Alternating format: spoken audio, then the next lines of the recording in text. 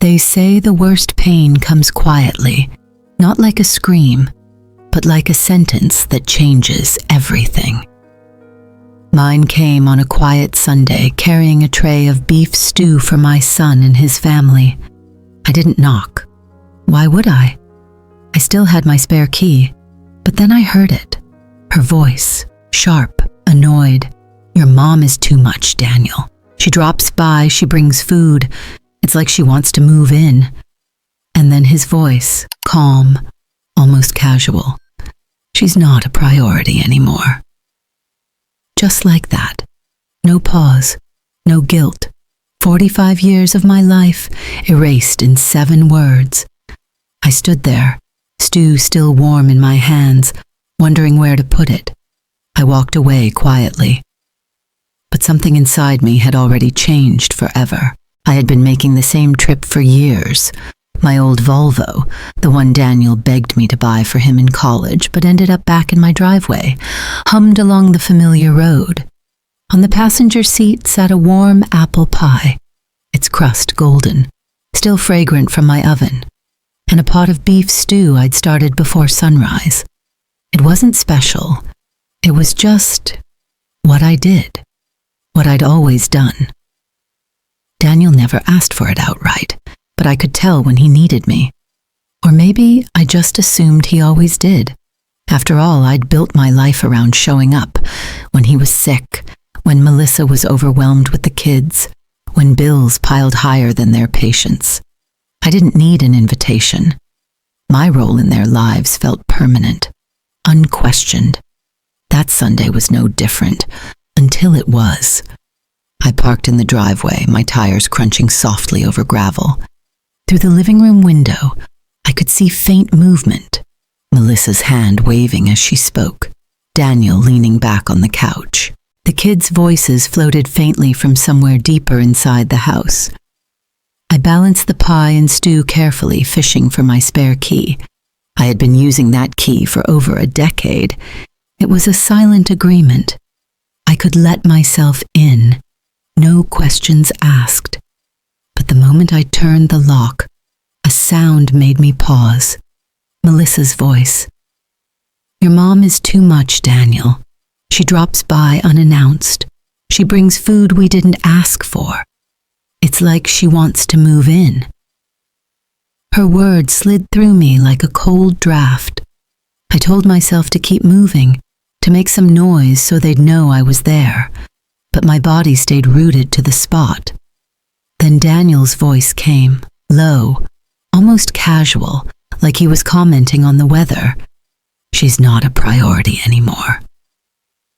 There was no sting in his tone, no anger, just detachment. And somehow, that made it worse. I felt the heat from the stew in my hands, the smell of cinnamon from the pie curling faintly upward, mixing with the sudden chill inside me. My breath caught, shallow, uneven. Not a priority. The words weren't shouted. They weren't meant to wound, and yet they sank deeper than anything else he'd ever said to me. Melissa murmured something in response, something I couldn't catch over the hum in my ears. I realized if I stepped into that living room now, with my pie and stew, I'd become the punchline of a conversation I wasn't meant to hear. So I didn't. Instead, I turned quietly, opened the front door, and stepped back outside. I set the pie and stew gently on the front step, like an offering that no one asked for. The door clicked shut behind me without a sound. The drive home felt longer than usual. I didn't turn on the radio. I didn't hum along to the old folk songs I usually played.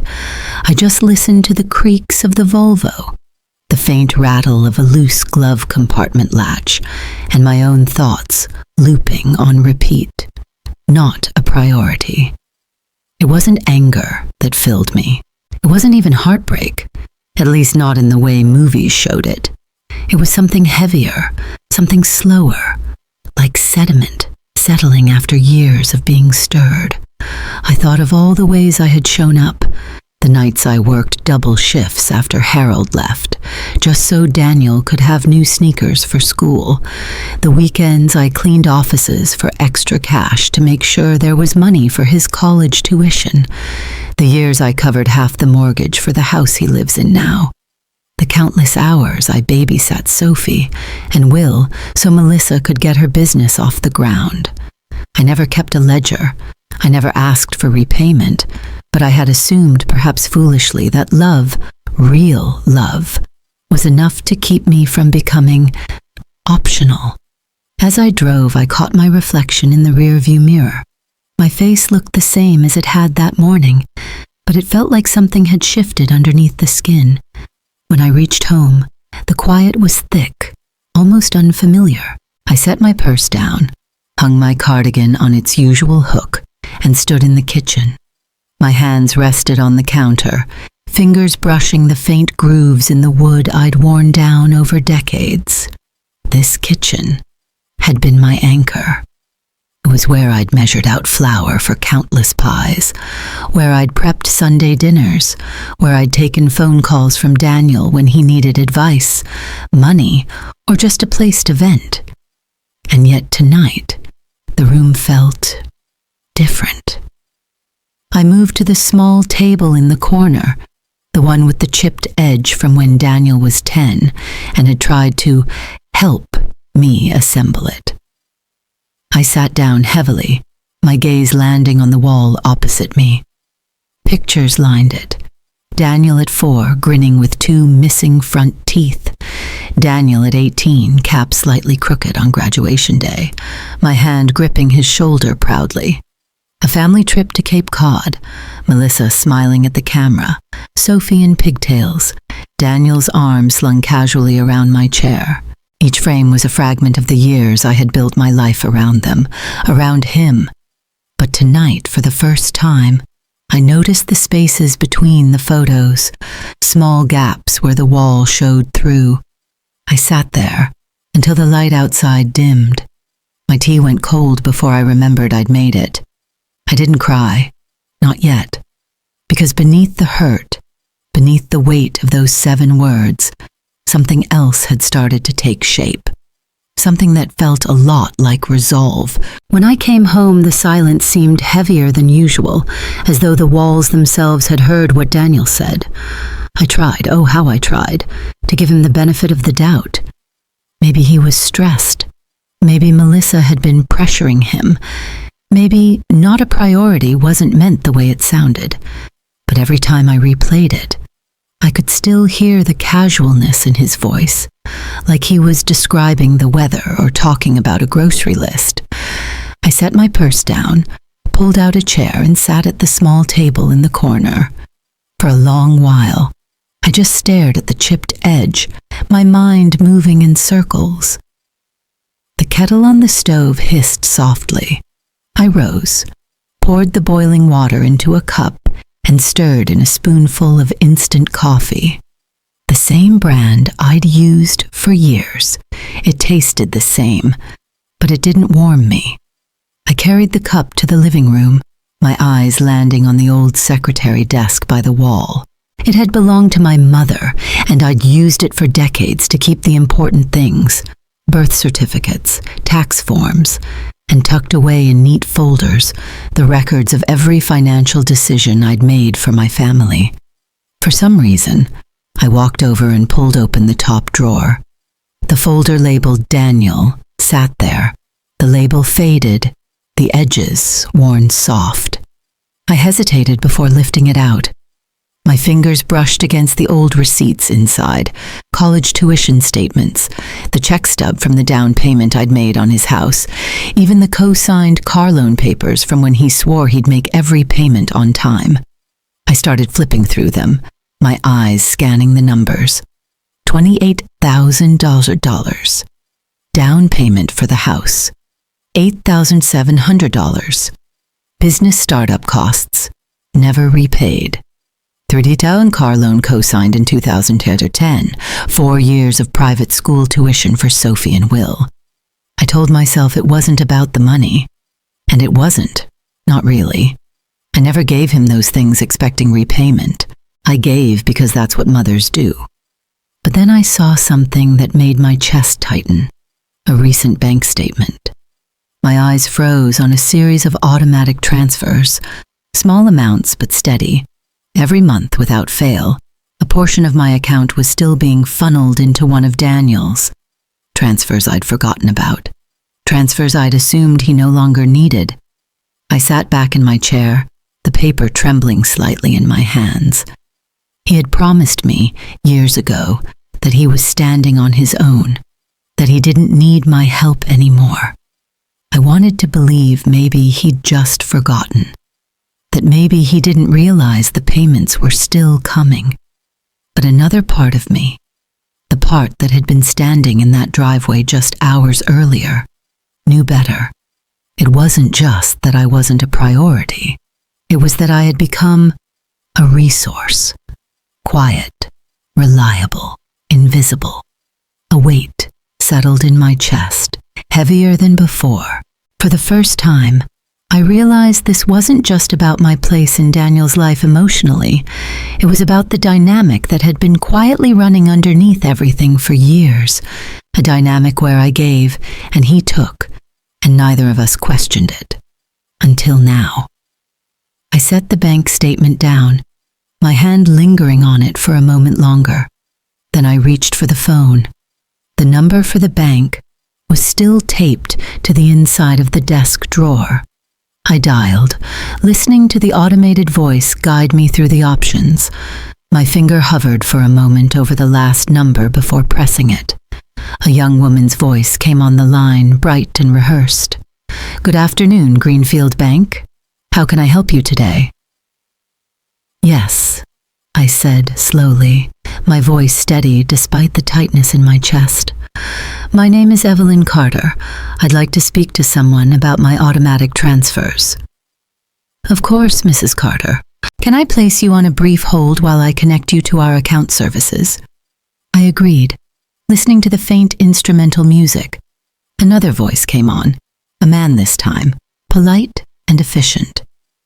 "Mrs. Carter, I see here you have several automatic transfers scheduled each month. Utilities, tuition contributions, and a recurring deposit into a personal account ending in 3472. Would you like to adjust these?" I swallowed. I'd like them all stopped, effective immediately. There was a pause on the other end. "All of them, Mrs. Carter?" "Yes," I said firmly, "every single one." He hesitated, as though giving me space to reconsider. "We can certainly arrange that. You'll just need to stop by the branch to sign the authorization." "I understand," I replied. "And, if I may ask, is everything all right?" I almost smiled at that. "Yes. For the first time in a long time, I think it is." When I hung up, I sat there for a long while, the phone still resting in my hand. The house around me looked the same, but it felt different. Not empty, not peaceful, but changed. I placed the folder back into the drawer, closed it gently, and rose from the chair. My knees ached slightly as I moved to the kitchen window, looking out over the yard. The hydrangeas were just starting to bloom, their pale heads nodding in the evening breeze. Something inside me felt a little like those flowers, still there, still rooted, just waiting for space to open. I didn't know exactly what came next, but I knew one thing for certain. Things would not stay the same. The next morning, I woke before sunrise, not because I couldn't sleep, but because I didn't need to. For the first time in years, I didn't feel bound to my usual routine. No mental list of errands for Daniel. No quiet reminders to check on Melissa's schedule or the kids' activities. Instead, I made coffee for myself. Real coffee, not the quick spoonful of instant I'd been used to. I pulled the tin of fresh grounds from the back of the cupboard, set the machine to brew, and let the rich smell fill the kitchen. I sat at the table, both hands wrapped around the warm mug, and looked at the envelope I'd taken from the desk the night before. Inside were the documents Harold Mason had drawn up years ago. My will, the trust details, the power of attorney Daniel still held. My fingers lingered over the papers. It wasn't an easy decision. It wasn't angry, either, but it was necessary. By mid-morning, I was dressed and driving into town. The Volvo rattled softly over the uneven pavement as I parked outside Harold Mason's office. The building hadn't changed in decades. White siding, green shutters, the same wooden sign over the door with Mason and Cole, attorneys at law, painted in gold. Inside, the familiar smell of paper and polished wood greeted me. Harold's secretary, a kind woman named Carol, looked up with a smile. "Mrs. Carter, it's been a while," she said warmly. "Do you have an appointment?" "Not officially," I admitted, "but I think Harold will want to see me." She didn't ask questions. Harold's clients rarely came without reason. A few minutes later, Harold appeared in the doorway of his office, looking just as he had the last time we spoke. Neat gray suit, steady blue eyes, and the air of someone who measured his words carefully. "Evelyn," he greeted, his voice low and even. "Come in." I stepped into the office, settling into the leather chair across from his desk. "What can I do for you today?" he asked. I placed the envelope on his desk. "I'd like to update my will. Daniel will no longer be the primary beneficiary." His brows lifted slightly, though his expression stayed neutral. "I see. And what changes would you like to make?" "I'd like to set up a trust for Sophie, I said. "She's the one I want to ensure is taken care of." He nodded slowly, pulling a yellow legal pad toward him. "That can be arranged. We'll need to go over the terms, age of access, stipulations, trustee management." I listened as he outlined the process, his voice steady and professional. I'd expected the conversation to feel heavy, maybe even sad, but instead, there was a strange sense of calm. Then Harold paused, pen hovering over the paper. "Evelyn," he said carefully, "before we proceed, there's something I think you should know." I looked at him, waiting. "Earlier this month, I had a call from Daniel," Harold continued. "He inquired about the possibility of borrowing against his expected inheritance. He mentioned some financial strain and wanted to know what options were available." I felt a faint chill crawl up my spine. "Borrowing? Against something he hasn't received?" Harold nodded. I told him I couldn't advise him until we had clarity on the terms, but it seemed urgent. I sat back in my chair, my breath coming slower. So he had been thinking about my estate, not just as a distant future, but as a present solution to his problems. The words from the other night echoed again. "She's not a priority anymore." It wasn't anger that rose in me. It was confirmation. A quiet, steady understanding that Daniel had been treating my presence, my resources, as a constant. And constants are easy to take for granted. Harold watched me carefully.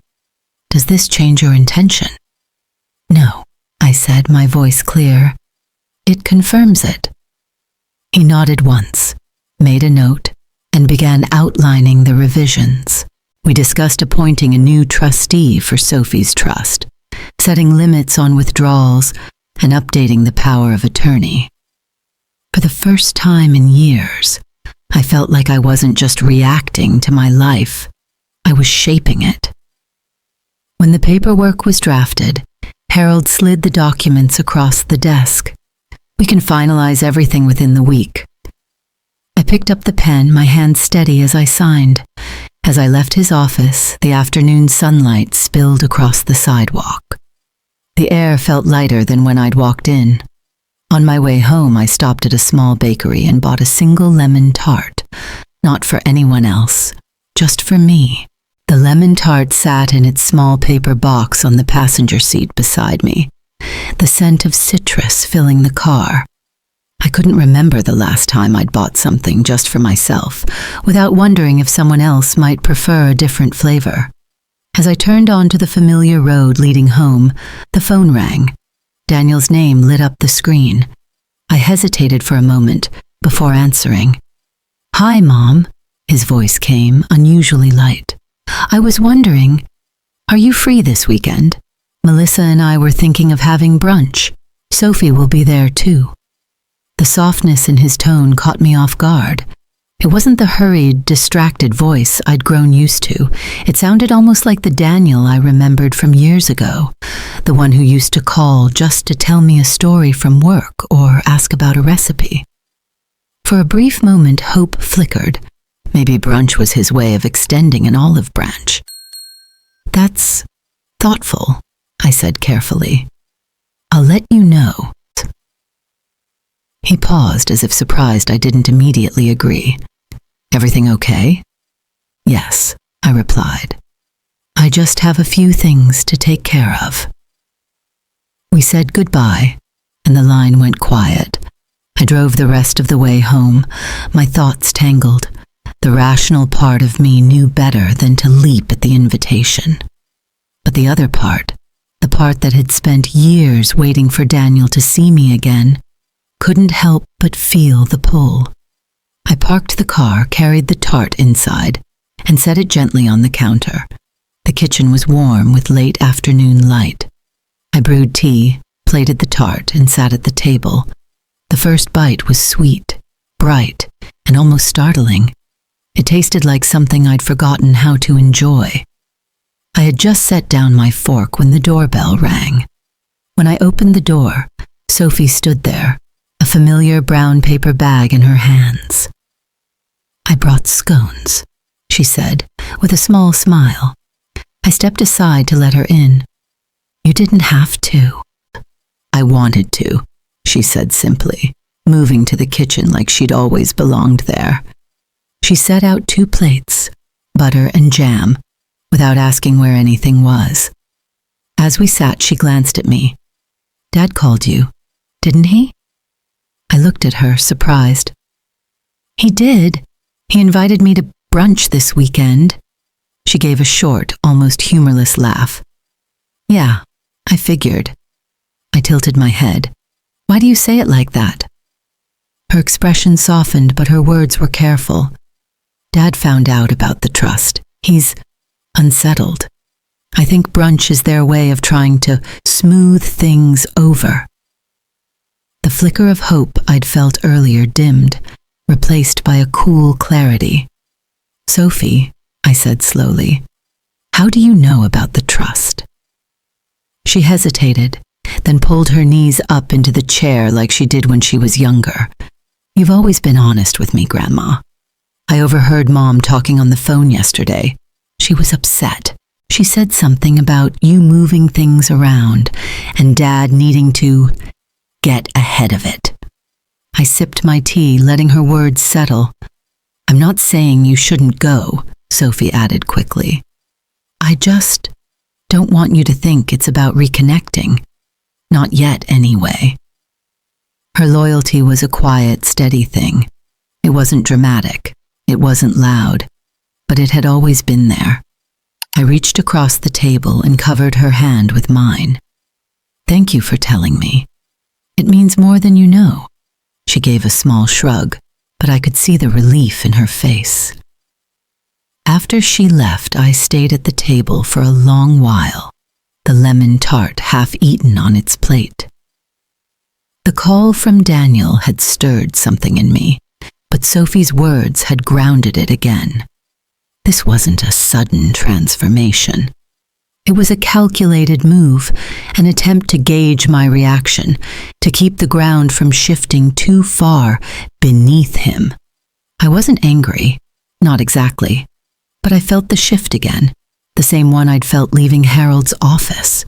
For years, I had been a constant presence in Daniel's life, reliable, predictable, quiet. Now, for the first time, he was the one stepping cautiously, unsure of where he stood. I rose from the table, placed the remaining tart in the refrigerator and washed the dishes. The evening air drifted in through the open kitchen window, carrying the faint scent of lilacs from the yard. I moved to the living room and sat by the window, my gaze resting on the fading light outside. I knew I would go to brunch, not to be swayed, but to listen. Because sometimes silence was louder than any confrontation. The envelope was sleek, glossy, and heavier than most mail I received. My name, written in a scripted gold font, shimmered faintly under the afternoon light streaming through the window. It was from Melissa. I opened it slowly, half expecting an apology tucked inside. Some acknowledgement of the weeks of silence, the brunch invitation, the trust. But there was no apology, just a neatly printed invitation. Carter and Cobain, Boutique, Grand Relaunch Event. The date was set for Saturday evening. Dress code, semi-formal. I read the lines twice, searching for something between them. A note, a personal message, anything. But there was nothing except the logo at the bottom embossed in gold.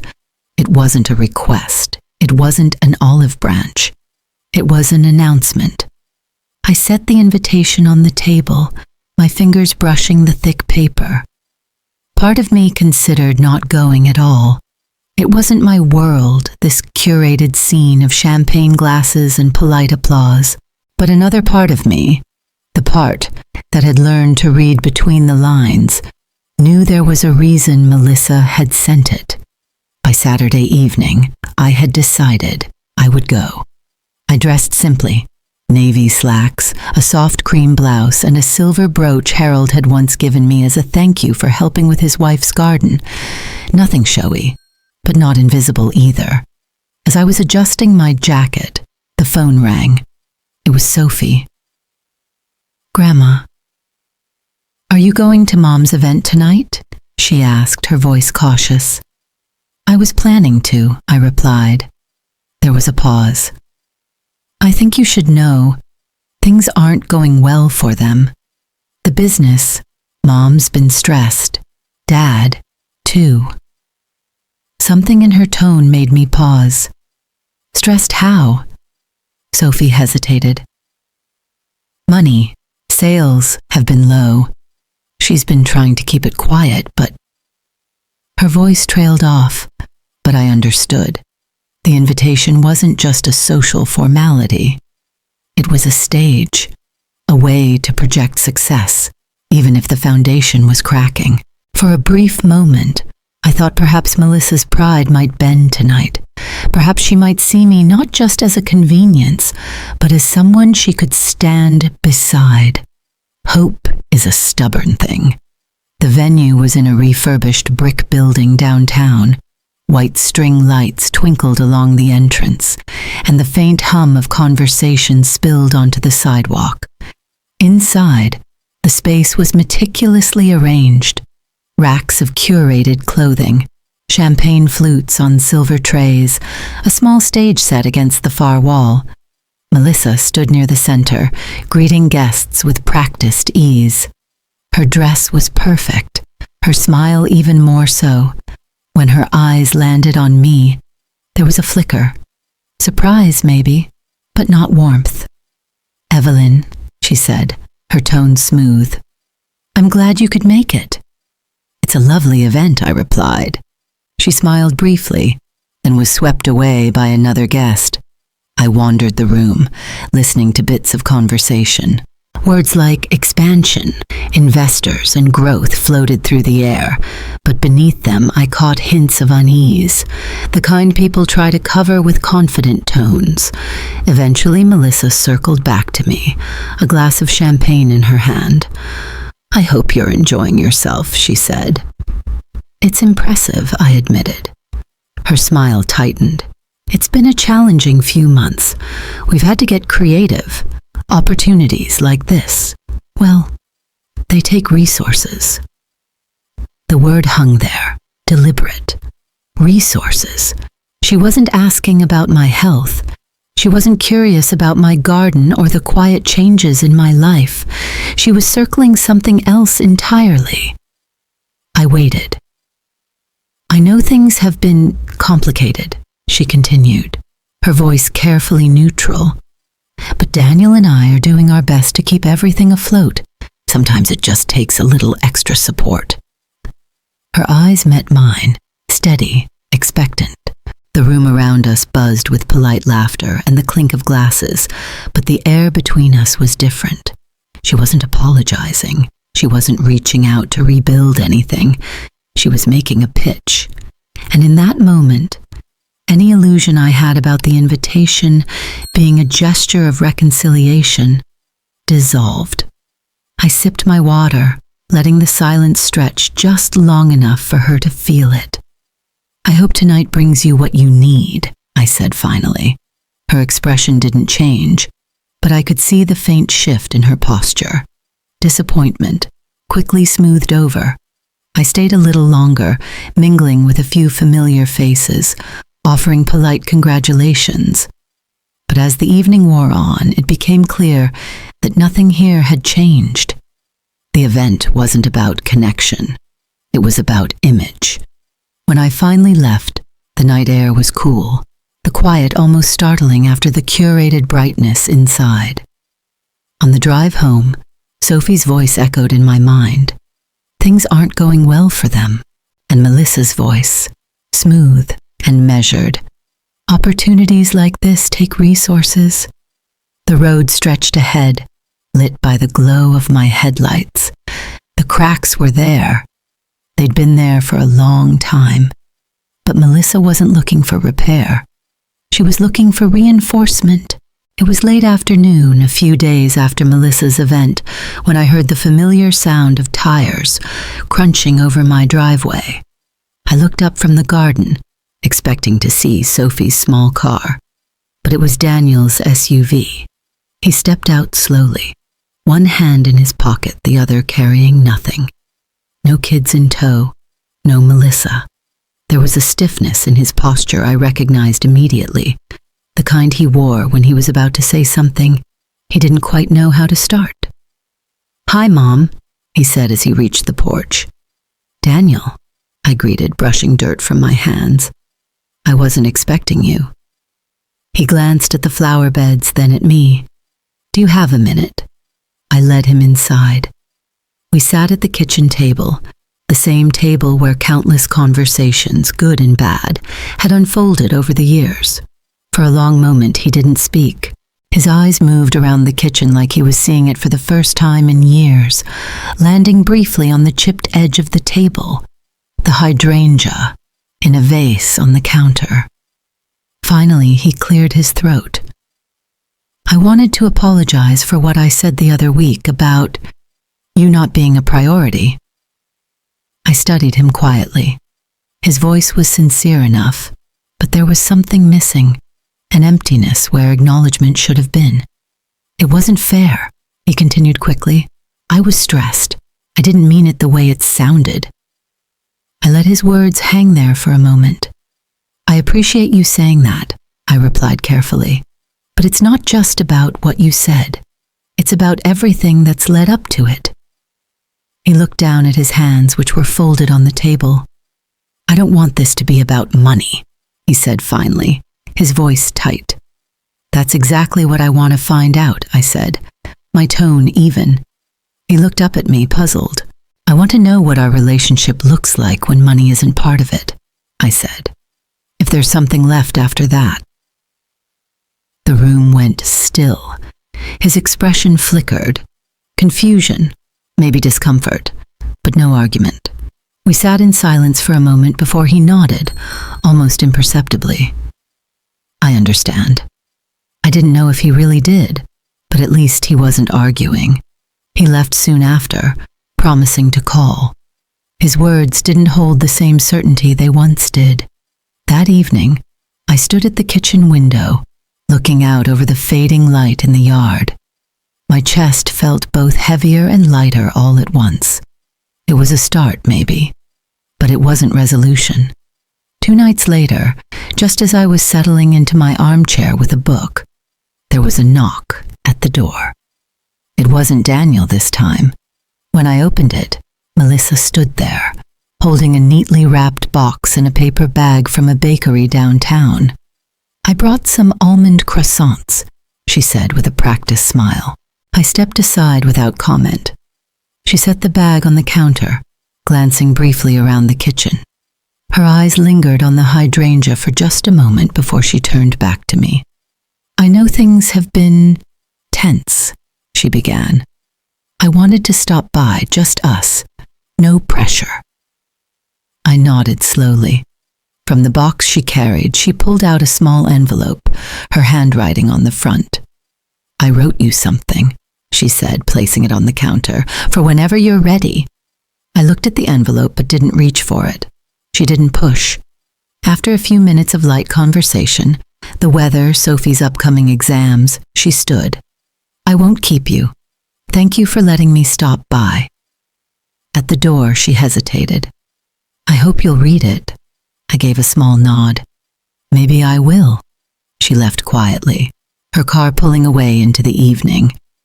I stood at the counter for a long time, the envelope still resting there, unopened. The almond croissants were neatly wrapped, the scent of butter and sugar faint in the air. But I didn't touch them, not yet.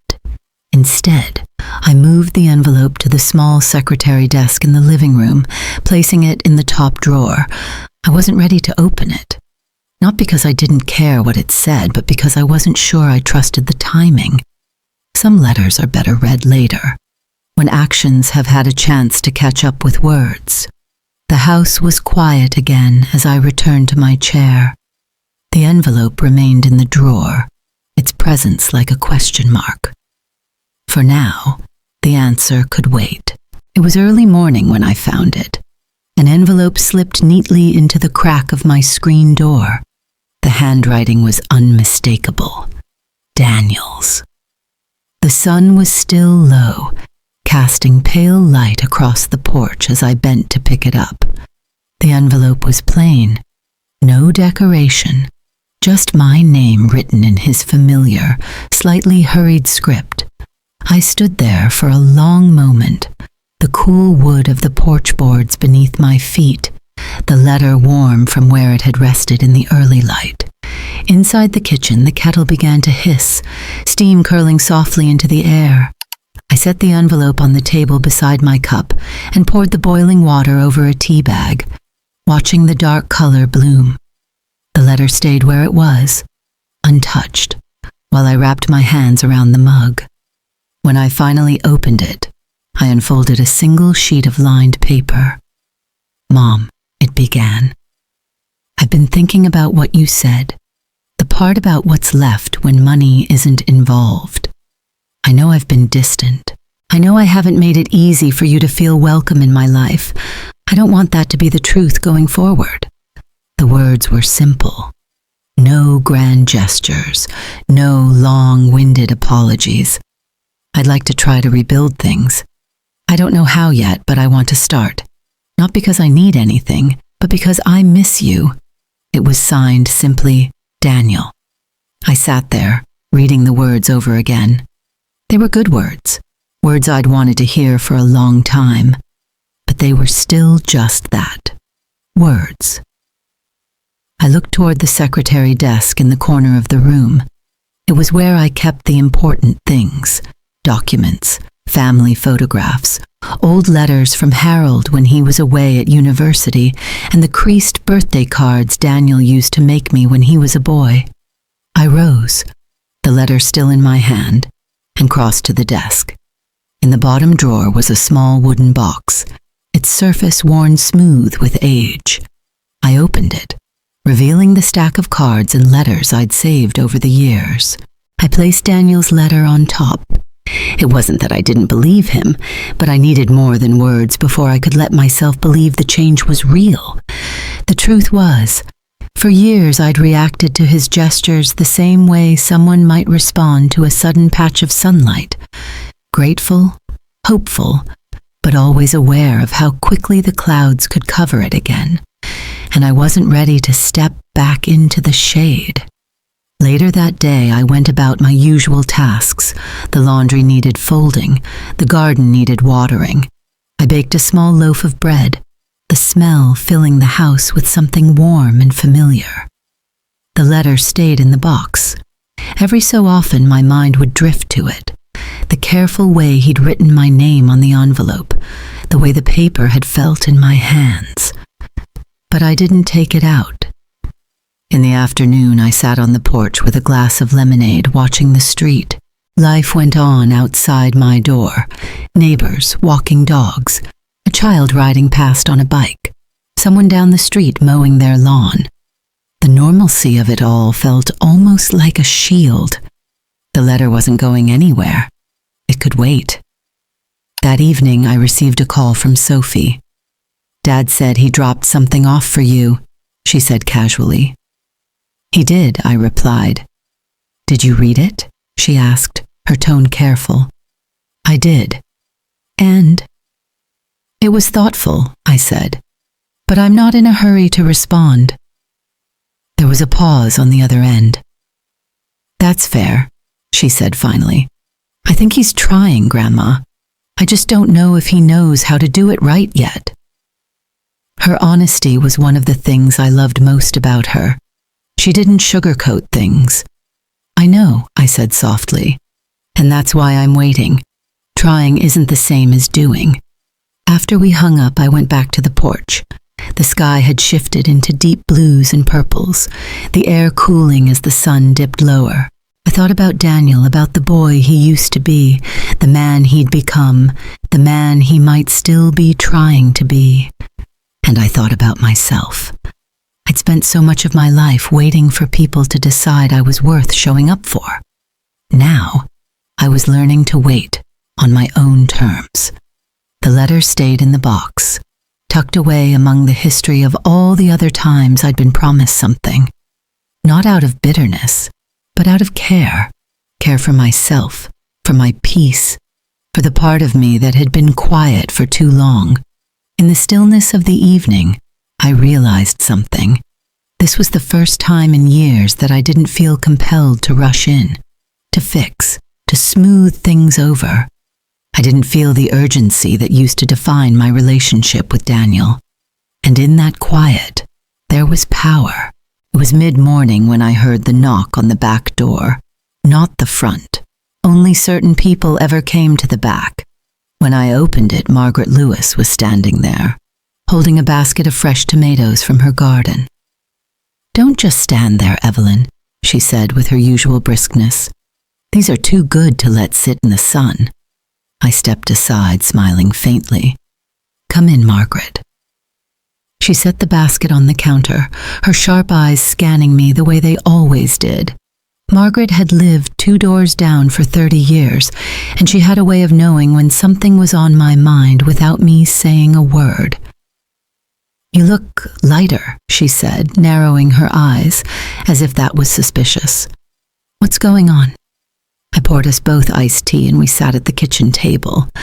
"I'm just taking a step back from things," I said. Her eyebrow arched. "Things? Meaning Daniel?" I didn't answer directly, but I think my silence was answer enough. Margaret leaned forward, her voice firm. "Evelyn, I've watched you bend over backward for that boy since he was in diapers. It's about time you put yourself first. If they want you in their life, they can make the effort." Her words were blunt, but there was truth in them. Before I could respond, the phone buzzed on the counter. A message from Sophie. "Can I come by later? Need to talk." I texted back. "Of course." Margaret glanced at the phone, then back at me. That girl's got more sense than the rest of them put together. She left shortly after, her basket now lighter, my counter now lined with ripe tomatoes. An hour later, Sophie arrived. She looked more serious than usual, her hair pulled back, a hint of worry in her eyes. "What is it?" I asked. She hesitated, then sat at the table. "Dad and Mom. They aren't really talking right now." I blinked. "Because of me?" "Partly," she admitted. "Dad's been upset since the trust thing. He thinks Mom pushed too hard. He hasn't said it outright, but it's been tense at home." I wasn't sure what to say. A small, selfish part of me felt a flicker of hope. Maybe this was a sign Daniel was finally seeing how Melissa's attitude had shaped things, but Sophie's expression was cautious. "I think Dad's trying," she continued. "But Mom, she doesn't let go of things easily." That much I knew. We spent the next hour talking about lighter things, her classes, the garden, the weather turning warm. But her earlier words stayed with me long after she left. Later that afternoon, I was in the living room, tidying the desk, when I noticed a piece of mail that must have slipped beneath the pile of magazines. It was addressed to me, but the return address caught my attention. A bank, not mine. Curiosity tightened my chest as I opened it. Inside was a form. Routine correspondence, it seemed, but my eyes froze on the details. It referenced the Carter and Comey Trust inquiry. Melissa's name was listed. My stomach tightened. I read the form twice. Melissa had apparently contacted the bank, asking questions about the accessibility of Sophie's trust. Nothing explicit, nothing illegal, but probing, carefully worded inquiries. It was subtle, but I knew the language of someone trying to see how close they could get to something that wasn't theirs. Any thought I'd had about Daniel and Melissa's distance, being a clean break, evaporated. The tension in my chest rose, matching the late-day heat drifting through the windows. I placed the letter back in the envelope, my hand steady even as my thoughts churned. Whatever steps Daniel was, or wasn't, taking, Melissa hadn't shifted her position. And now the trust wasn't just a quiet boundary. It was a target. The light in the kitchen dimmed as the sun began to set, long shadows stretching across the floor. I stood there for a moment, the envelope still in my hand, feeling the weight of it. The air was heavy, charged, not with anger, but with something sharper. Resolve. It was a cool Saturday morning when I heard another set of tires on the driveway. For a moment I assumed it was Margaret coming to check on her tomatoes, or perhaps Sophie dropping by earlier than expected. But when I stepped onto the porch, it was Daniel. This time he had a paper tray of coffee in one hand and a white bag from the bakery on Sycamore in the other. "Morning, Mom," he said, his voice softer than I was used to hearing. "Morning, Daniel," I replied cautiously. "What's all this?" He held up the bag slightly. "Coffee, muffins. Thought I'd stop by before things got too busy today." I watched him for a moment, searching for the catch. And? He hesitated, then gestured toward the yard. "I thought maybe I could help in the garden, if you don't mind." The words caught me off guard. Daniel hadn't offered to help in the garden in years, not since he was in college, when helping usually meant leaning on the rake while I did most of the work. But today he looked serious. I stepped aside. "Come on in.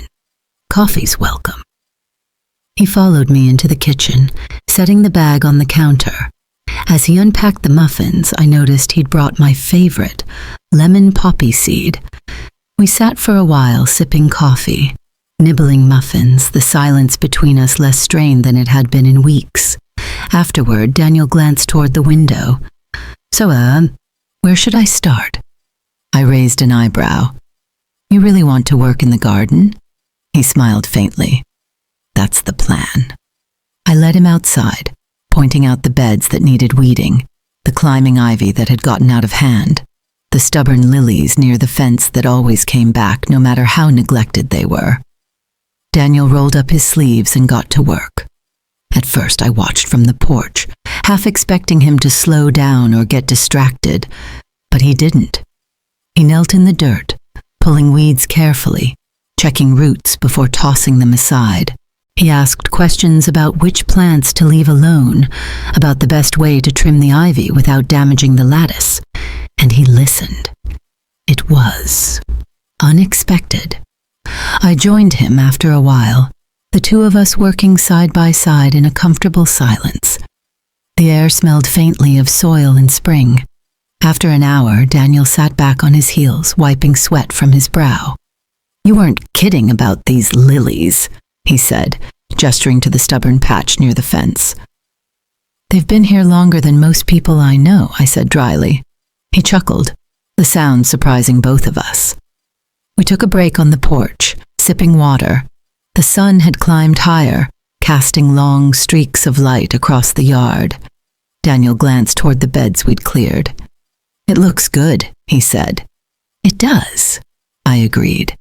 There was a pause, the kind that felt almost easy. He didn't bring up money. He didn't mention the trust. He didn't even skirt around the subject of brunch or Melissa. He just helped. And for the first time in a long while, I didn't feel like his visit came with a price tag. As he stood to leave later that morning, he paused at the steps. "Thanks for letting me help, Mom." The words were simple, but there was something in his tone that felt different, real. I watched him walk back to his SUV, my chest unexpectedly lighter. It wasn't a grand reconciliation. It wasn't everything, but it was something. The day after Daniel helped in the garden, the house felt unusually quiet. Not the heavy silence I'd known in recent months, but something gentler. I spent the morning in the attic, sorting through boxes I hadn't opened in years. Dust motes floated in the sunlight, the air warm and faintly musty. I found an old shoebox labeled letters. Inside were notes from Harold, postcards from friends I'd lost touch with, and yellowed birthday cards Daniel had made me as a child. His handwriting, clumsy and full of effort, made me smile in spite of myself. Beneath the cards was a stack of photographs bound by a rubber band that had long since gone brittle. There I was, 25 years old, standing in my first apartment, hair tied back, holding a cake I'd baked myself. Another photo showed me in my nursing uniform, arm around a colleague, both of us exhausted but laughing. I stared at those photos for a long time. I remembered the woman in them. Not just a mother, not just someone's safety net. A person with her own life, her own center of gravity. Somewhere along the years, I'd let pieces of her drift away, little by little, until my identity was wrapped entirely around Daniel's needs, Melissa's comfort, Sophie's milestones. I set the photos aside carefully, feeling a small but certain shift inside me. In the afternoon, my phone buzzed. A message from Daniel. "Hey, Mom, I was wondering, would it be okay if I came by this weekend to help again in the garden?" I stared at the screen. There was no follow-up about talking things over or sorting things out. No mention of brunch, no indirect hints about finances, just an offer. And it felt genuine. I typed back, "Yes, Saturday morning works." As I set the phone down, I noticed my reflection in the darkened window, a faint smile on my face, but steady eyes. Agreeing didn't feel like surrender. It didn't feel like stepping back into old patterns. It felt like choosing, and that choice made all the difference. When Saturday came, Daniel arrived just as he said he would. No coffee, no bakery bag, just gloves, tools, and a quiet readiness to work. We spent the morning side by side again, clearing another section of the garden, trimming back overgrown branches. This time, the silence between us wasn't heavy. It was comfortable. He didn't push conversation, and I didn't fill the space for him. It struck me how different this felt from before, how I wasn't waiting for him to say the perfect thing or bracing for him to bring up the trust. We worked until late morning. When he finally stood, stretching his back, he glanced at the newly cleared beds. "It's looking good," he said. "It is," I agreed. As he packed up to leave, there was no talk of next steps, no promises, just a simple, "Thanks for letting me help." I nodded. "Thanks for showing up." After he left, I sat on the porch with a glass of iced tea, the garden in front of me, For so long, I'd measured my sense of peace by the ups and downs of my relationship with Daniel. Now, for the first time, I realized I didn't need to. Whether he came or not, whether he helped or not, my sense of self wasn't tied to his choices anymore. I had my boundaries. I had my garden. I had my own quiet life. And if he wanted to be part of it, he could. But it would be on terms that didn't erase me. That night, I took the photographs I'd found in the attic and placed a few of them in frames around the house, not just the family pictures, ones of me too, smiling, working, standing on my own, because that woman deserved space here as much as anyone else.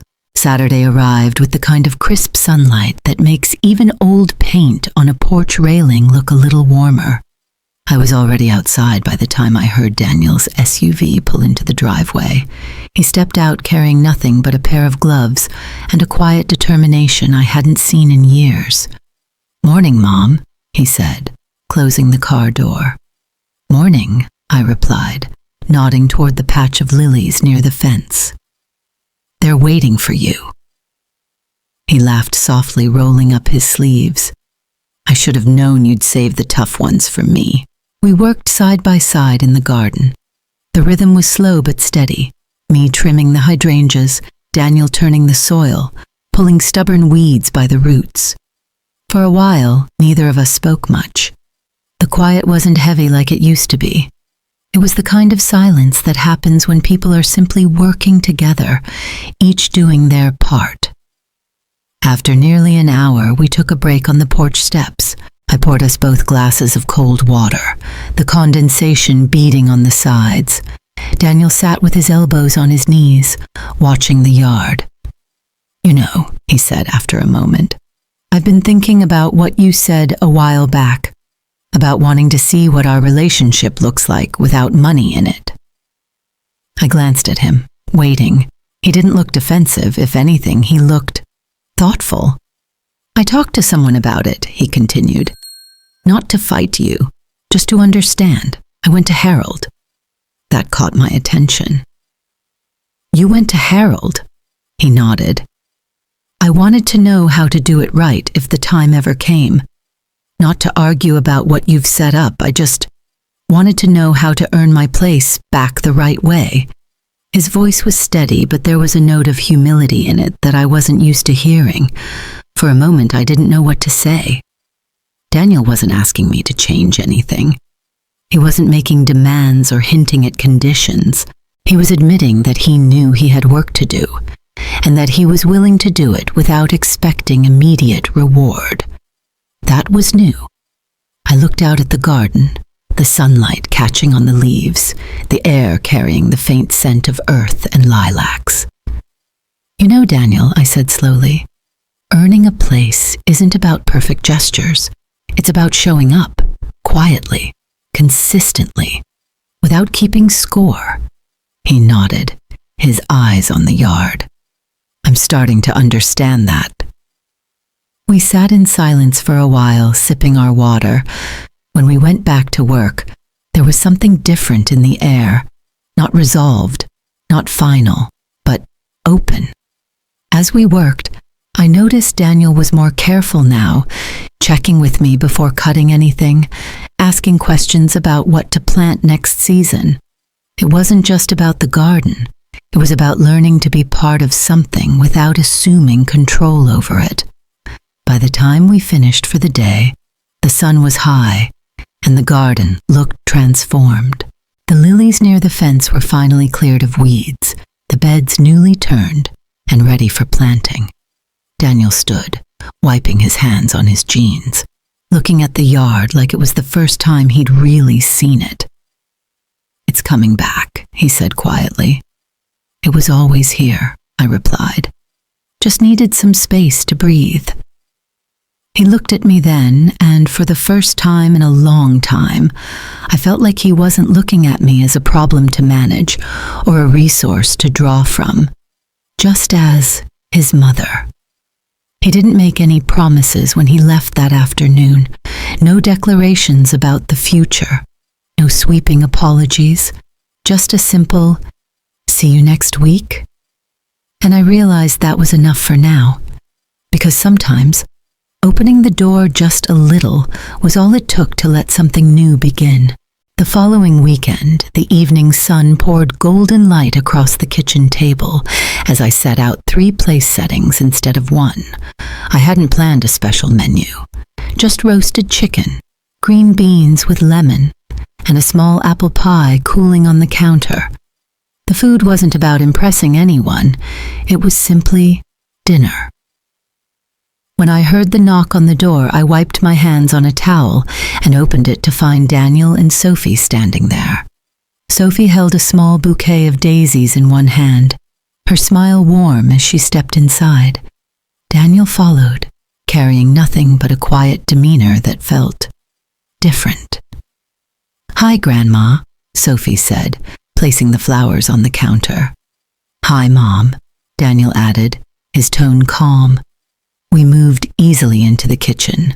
Sophie arranged the daisies in a jar of water, chatting about her classes while Daniel helped set the table. Dinner was simple, filled with talk about everyday things: the garden, Sophie's upcoming exams, the weather turning cooler. No one mentioned money.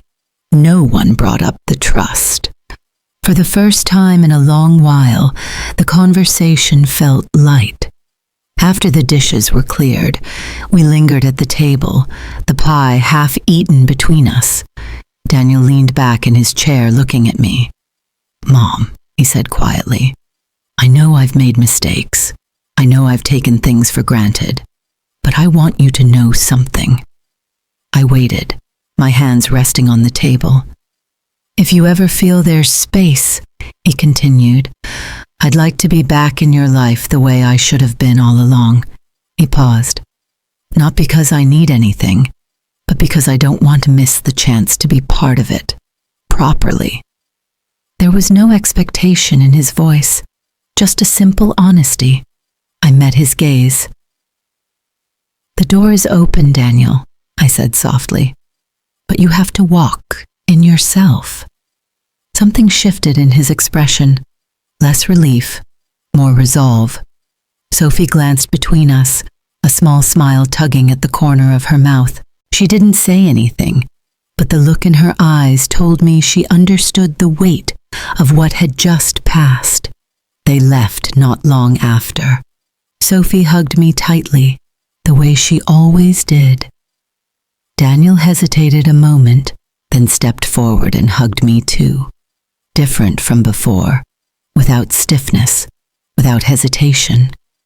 After the door closed behind them, I stood in the quiet kitchen for a while, the scent of daisies faint in the air. The evening was warm, and I wandered out to the garden. The lilies by the fence swayed gently in the breeze, their petals catching the last light of day. I knelt among them, brushing a stray leaf from the soil. The garden was fuller now, the beds tended, the spaces cared for. It felt whole. I sat on the porch steps, the fading sunlight painting the yard in soft gold. Inside me there was no urgency, no heavy hope, no gnawing fear, just a steady calm. The door was open, not just for Daniel, but for whatever came next, and that was enough.